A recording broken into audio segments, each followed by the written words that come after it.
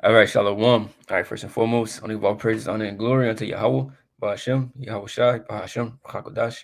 Double honors unto the apostles and the elders of Great Millstone. Peace and salutation to the Akim, to the elect. That are scattered across the four corners of this earth, pushing this truth and faith and its sincerity. Honor Brother Shema Allah from the GMS Houston camp. And his lesson is going to be entitled Come and Eat While the Food and Drinks Are Still Being Served. Now, someone might see this title and think, there's a cookout or something. I'm giving out plates, right? Sorry to disappoint you, but it's ain't what that's talking about. All right. As much I know is how much, Jake like to eat. But this is talking about spiritual food, all right? Spiritual drink. Talking about this truth. The food and the drinks are talking about the truth. And they're being served right now through the prophets. And for free, right? For free. You don't have to pay anything, right? You just got to dedicate your time and your energy, into it, for your own, spiritual nourishment, right? But, it's not going to be served forever, right? So even when you have certain events that actually have, cookouts, right? It has a time where it starts and it has a time to where it ends, right? The beginning of this thing, started right in the late 60s, 70s, right? With the elder Abba Bivens, right, whom we believe that's Elijah, right? And the end of it, well, it's not a set time. It can be any time, but we know that time is close. So you want to eat, while there is still time. Right? You want to drink, while there's still time left, right? Because who knows when it will be good when it gets shut down. All that we know is that the time is near. All right, so you want to take advantage of it, right? Because our people are spiritually hungry and spiritually thirsty. So if you as a person that don't have this truth, right, and you basically spiritually poor, spiritually dead, right? Just like if you have someone on the street that hears, or someone that lives on the street that's homeless that hears about someone that's giving away free food, they're gonna go get it, right? So that's what you should do. Right? If you are not taking this thing seriously, you might have heard about it and you're not pouring into it. You see, and you got to get into it, all right? Because ultimately it's for your betterment. But start here at Proverbs 91. Wisdom had builded her house. She had hewn out her seven pillars, right? She had killed her beasts. She had mingled her wine. She had also furnished her table, right? Going into wisdom, right? Because wisdom, basically represents this truth, right? She had killed her beasts. She had mingled her wine. She had also furnished her table. Right now, the wine, and the beasts, right? All this is going into the food and the drinks. This is talking about, you know, um, this truth, right? And I would grab a precept to explain it. She had sent forth a maiden. She cried upon the highest place of the city, right, where we teach at. This truth are it's all over the world, and brothers set up according to what the scriptures say. We set up strategically in areas that are, a lot of people, right? All population in that particular city that you may be in, flow into, right? Where, business is being done, all nations will be, right? Because Proverbs 1 speaks about the chief place of concourse, right? And that's usually like your downtown areas, right? But it said, Whoso is simple, let him turn hither. For as for him that wanted understanding, she said to him, right, come eat of my bread and drink of the wine which I have mingled, forsake the foolish and live and go in the way of understanding. So it says, if you want understanding, if you're simple and you want understanding, come eat of this bread and drink of the wine. Now, what bread and wine do you know that you can just go drink and you're just going to be ultimately given this, high wisdom or high understanding? Please tell me where that's at. Because to my knowledge, that don't exist. So that lets you know that it's talking about something else. So this is figuratively, speaking. Because who is this speaking? This is Solomon, right? Proverbs, right? Which the Proverbs in Hebrew is mashalia, which basically means like metaphors, similes, and things of that nature. Right? He usually, speaks in proverbs. Right? So it's talking about something else. So let's get Isaiah 55:1. Ho, everyone that thirsty, come ye to the waters, and he that had no money, come ye buy and eat. Yea, come buy wine and milk without money and without price. So it says, come buy wine and milk, right? Without money and without price. Right? So you can't walk into the store and go, grab, some wine or some milk, right, and walk straight out. Right? These things have a cost to it, right? Especially the wine, right? Especially the good ones, right? The aged wine. You're not just gonna walk in there and just walk out like that, right?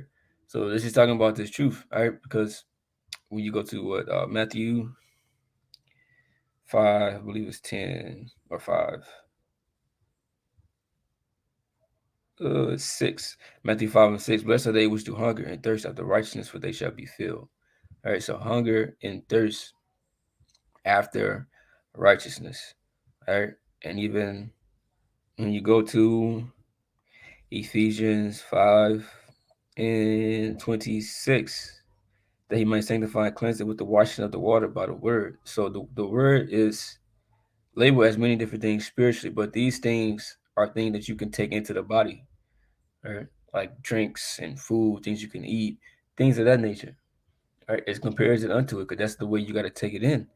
Right? Ezekiel, or the 3rd chapter, the Most High told Ezekiel to eat the whole world. All right. But remember in Proverbs, when it spoke about the come eat of my bread and drink of the wine which I have mingled, and it says it's talking about wisdom.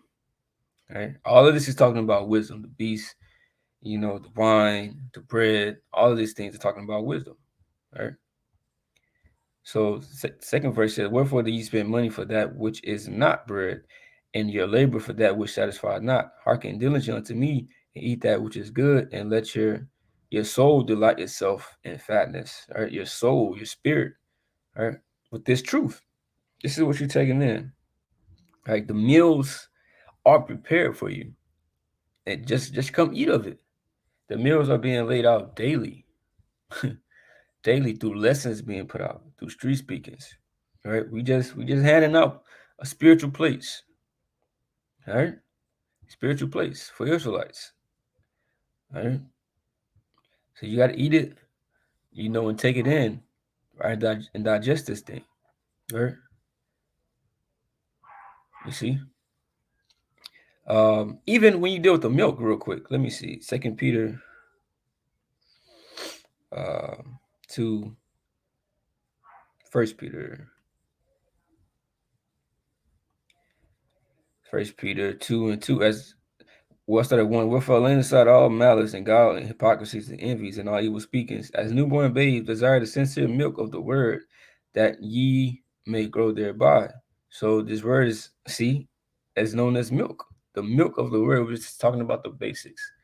All right. So we see that the word is often relayed or compared to food, right, and drinks. Let's go to Matthew 22. The parable of the marriage feast. And Yahushua answered and spake unto them again by parables, and said, the kingdom of heaven is like unto a certain king which made a marriage for his son, right? The Most High, and his son would be Yahushua. And his marriage is going into this truth, right? And sent forth his servants to call them that were bidden to the wedding, and they would not come. Again, he sent for other servants, saying, tell them which are bidden, behold, I prepared my dinner. My oxen and my fatlings are killed. All things are ready. Come unto the marriage. See, what do you think he's talking about? He's not actually trying to feed people, which Yahweh actually did. All right. He did a miracle. All right. But remember, in the book of John, when those people came to try to just eat, he said, you seek me not, because you actually believe, right? Because of the miracles which I did, you just trying to eat. So we know this ain't just talking about Yahweh Shah just trying to just start a dinner for everybody just to come eat. Right? He not just doing that. He's talking about the truth. Right? Everything is prepared. Everything is ready. Everything is set up. All you gotta do is just come into it and eat. Right? You ain't gotta come and think too much. You ain't gotta come, and try to add your own meals, right? What we drinking, or it's no, everything already laid out for you. Just come, all right? Just come. It said, but they made a lot of it and went their ways, one to his farm, another to his merchandise, right? The ones that made excuse, right? You might have something else important to do in this world, right? Whatever they may be, right? Which is a grave mistake to make, all right? And the remnant took his servants and treated them spitefully and slew them. But when the king heard thereof, he was wroth and sent forth his armies and destroyed those murderers and burned up their city. Right. And when you go, throughout history, we know that, some of the prophets were killed, right? And, were treated badly. Hebrews 11 even speaks about, the thing that the prophets went through, and they will go through it again, right, in these times. Right. But, oftentimes you had the Most High to where Israel basically wasn't doing right. He would send, a particular army right against them. You see, like Babylonians, the Syrians, right? And Israel actually got burnt up in those times, right? But hey, where we at today? We are in America, and how will this fire start? Through the missiles, right, and through the angels, right? So that's First Thessalonians 1:6, right? Taking vengeance by fire. Yahweh shall come with that fire, to deal out that punishment to those who know not the Most High, right? Roughly paraphrasing that scripture. It says, then said he to his servants, the wedding is ready, but they which were bidden were not worthy. Go ye therefore to the highways, as many as ye shall find, bid to the marriage. So we bid into the marriage by teaching, right? By, bonding you to Yahweh Shai through this truth, through the gospel, right? Because he is the truth. And the word marriage basically just means to be joined together. Because when you marry a wife, right, where it says y'all become, one flesh, right? And it's basically a covenant between you two. Right? That's what's happening when you come to the truth. You enter into a covenant. And you're joining yourself together with the Yahushua. And that's why he sups with us. All right. But yeah, that's all I wanted on that. Just know that this truth is basically everything is ready. We got the breakdowns, uh, like the teachings and everything that you need, like for the understanding, like it's here. Right? It's here. We don't have to think of anything and try to come up with, what's the truth, man? What's the truth? We trying to look for the truth, man. Or try to think too deep about things or come up with your own, crazy doctrine, right? Changing the truth. You don't gotta do that. You don't have to do that. We have our teachers that are set up, right? And you gotta just follow that, man. Keep things simple, bro. Keep things simple. You don't want to try to do too much, right? Everything is already prepared and ready. All right, just follow along the guidelines, you know, and the teaching that have been passed down unto us. All right, because it will not always be available. Like I said, it will be shut down. At the time to come.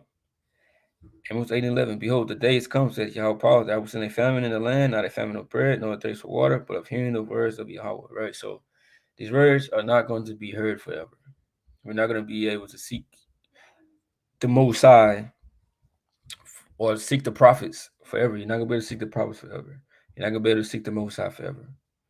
All right, it's gonna come to a point in time to where all of this will be stopped.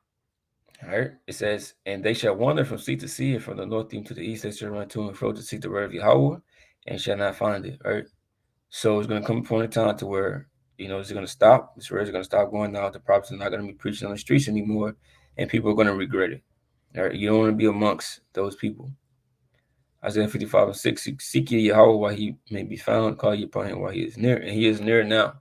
So take advantage of that. Come eat, right?